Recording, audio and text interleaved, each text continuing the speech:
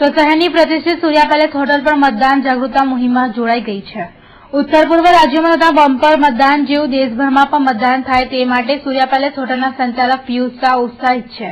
પિયુષ શાહે મતદાનની ટકાવારી વધે તે માટે એક આકર્ષક ઓફર જાહેર કરી છે। વડોદરાવાસીઓને વધુને વધુ મતદાન માટે પ્રેરવા હોટલ સૂર્યા પેલેસે 50% ડિસ્કાઉન્ટ સ્કીમ શરૂ કરી છે। તેમજ 30મી એપ્રિલના રોજ જન્મદિનની ઉજવણી માટે ખાસ પ્રકારના આયોજનનું પણ આયોજન કરાયું છે। આ અંગે હોટલ સૂર્યા પેલેસના સંચાલક પિયુષ શાહે આજે તીસરી આંખ સાથેની ખાસ વાતચીતમાં પોતાના વિચારો વ્યક્ત કર્યા હતા। લોકોમાં મતદાન કરવાનો ઉત્સાહ વધે એ હેતુથી અત્યારે અમે પ્રયત્ન કરી રહ્યા છે। આપણે જોઈએ કે ભારતમાં ઉત્તર પૂર્વના રાજ્યોમાં કે બીજા બધા રાજ્યોની અંદર જે લોકસભાની અંદર જે મતદાન થતું હોય છે એ મતદાનની કમ્પેરિઝનમાં ગુજરાતનું ને વડોદરાનું મતદાન ખૂબ જ ઓછું થાય છે।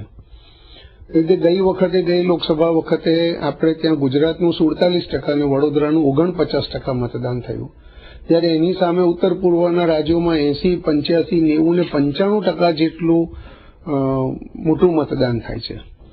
તો મને અંદરથી એમ લાગે છે કે આ જે ઓછી ટકાવારી છે મતદાનની એ બહુ ગંભીર બાબત છે। અને વિશેષ રૂપે જ્યારે 35% મતદાતાઓ 35 વર્ષથી નાની ઉંમરના હોય અને એ જે યુવાન મતદાતાઓ ભાઈ બહેનો એ જો આની અંદરથી આવો જો ખોટો બોધપાઠ લે તો મને એવું લાગે છે કે આ વસ્તુ યોગ્ય નથી। એટલે એમને પ્રોત્સાહિત કરવા માટે અમે એક ખાસ પેકેજ તૈયાર કર્યું છે। હું હજુ પણ એવું માનું છું કે આપણા દેશને આઝાદી અપાવનારા ભગતસિંહ જેવા શહીદોની જેમ ભલે આપણે શહીદ ના થઈએ પણ આપણે શું આપણા 5 વર્ષમાં એક વખત અડધો કલાકનો ટાઈમ કાઢીને મતદાન પણ ના આપી શકીએ? એટલે મને અંદરથી થાય છે કે આ લોકોને પ્રોત્સાહિત કરવા પડશે અને કંઈક આ લોકોને લોકશાહીની જે પર્વ છે, ચૂંટણી છે, એની અંદર જોડવા પડશે। એટલે અમે આ વખતે જે પણ પોતે મતદાન કરીને આવે 30 તારીખે એ લોકોને પોતાની આંગળી પર જ્યારે મતદાનનું ટપકું દેખાડે તો એમને 50% ડિસ્કાઉન્ટ આપીશું। જે યુવાન ભાઈ બહેનો છે એ લોકો માટે એક અમે પુસ્તિકા છે જેની લગભગ 150 રૂપિયા કિંમત છે, એવી એક પુસ્તિકા અમે એમને આપવાના છે।